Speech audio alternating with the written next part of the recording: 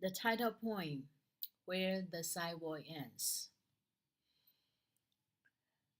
I will divide illustration, my elaboration into four parts, and most of them are based on Madonna's opinions. The first point is no illustration that go with this point. The poem describes a place where the sidewalk ends and before the street begins, which is in some American dialects is called park.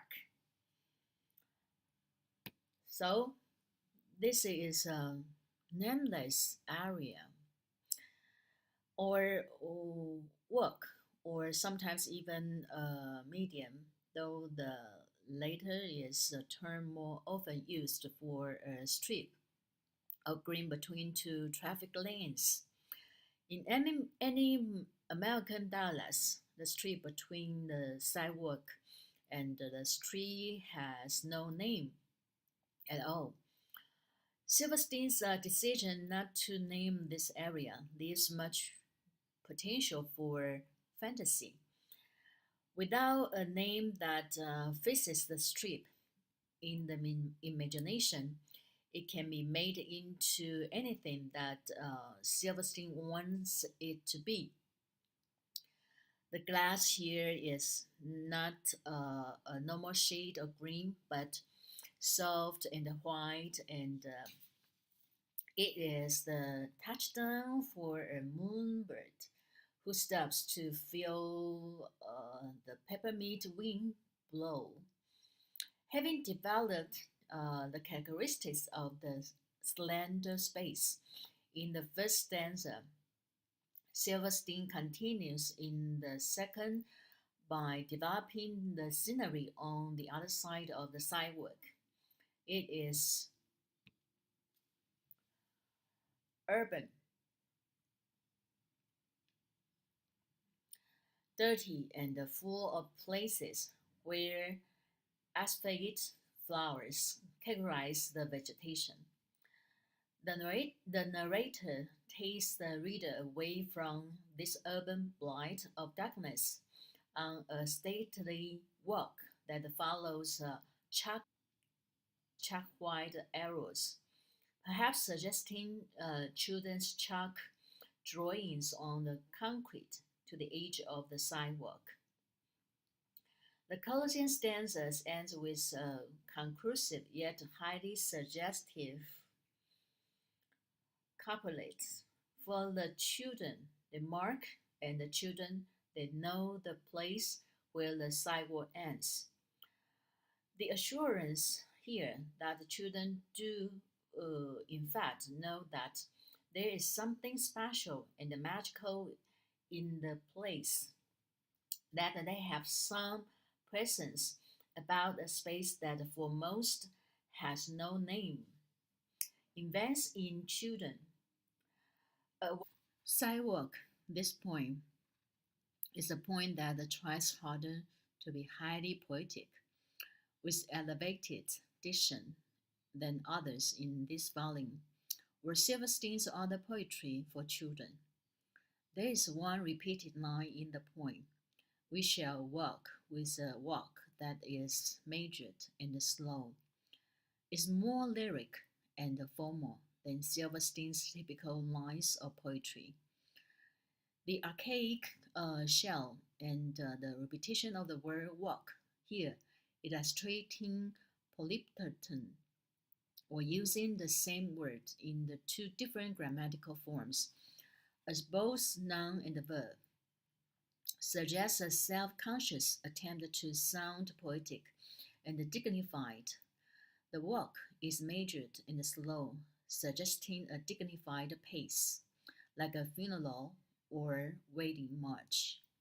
A pace not usually associated with children, but one that is purposive, deliberate, and relentless. The whole line sounds like a quotation from another, older perhaps more famous line of poetry. That's why I was reminded of the, the romantic poems. It's an apastic transmitter which usually gives energetic flow to the poetic line. Is undercut by the haunting reminiscence content, which suggests not a waltz but a slow procession or such. Perhaps the line recalls for the more experienced reader the 23rd Psalm, though I walk through the valley of the shadow of death, or perhaps a line from Poe, Alexander Poe, whose poetry is also solemn and apastic. Silverstein's line also records many other poems in which the poet invites the reader into a private life or private world that both will share. Though the exact recollection of the line here cannot be definitely pinned down, Silverstein's effort is clearly to recall for the experienced reader an older, more formal kind of poetry.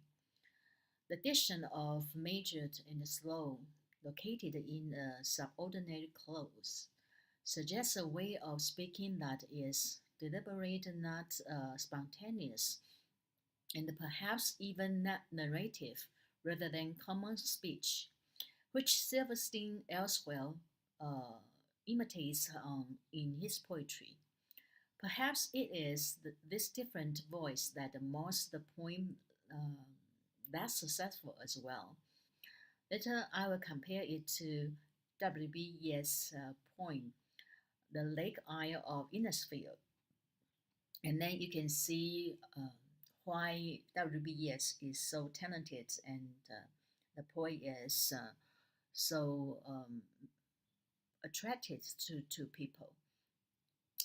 Here, the subordinate rather than the coordinate grammatical structure and the line's content are both less childlike and more adult, perhaps even elderly. The point with is repetition, formal stanza structure, and carefully rhyming imitates and supports the slow pace of the work.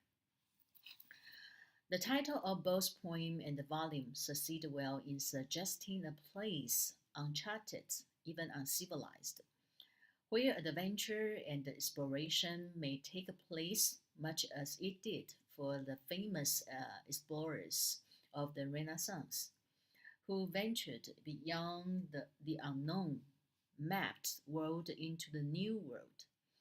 In this way, the title is particularly American, celebrating American initiative and innovation.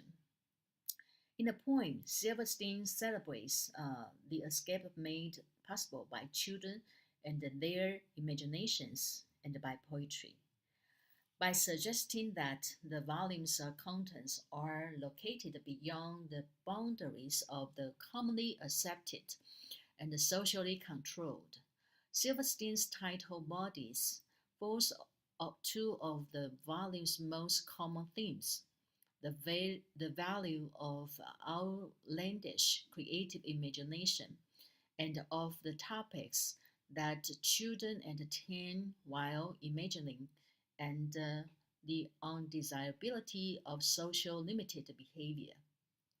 Overall, Silverstein celebrates American children's ability to think for themselves, to find their own new territories, and thereby invent new worlds and visions.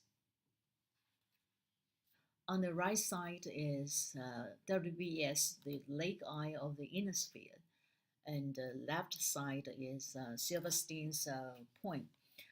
I have underlined the similar points and I have colored the words, and you can see the contrast of the uh, white and the black urban life and the colorful space of nature.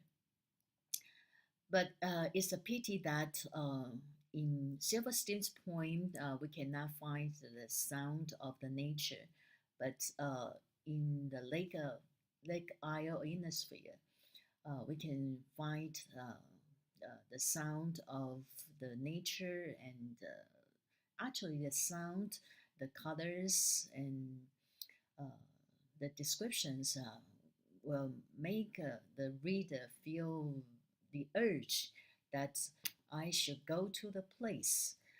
So this point reminds me of the Romantic poets and their philosophy toward life.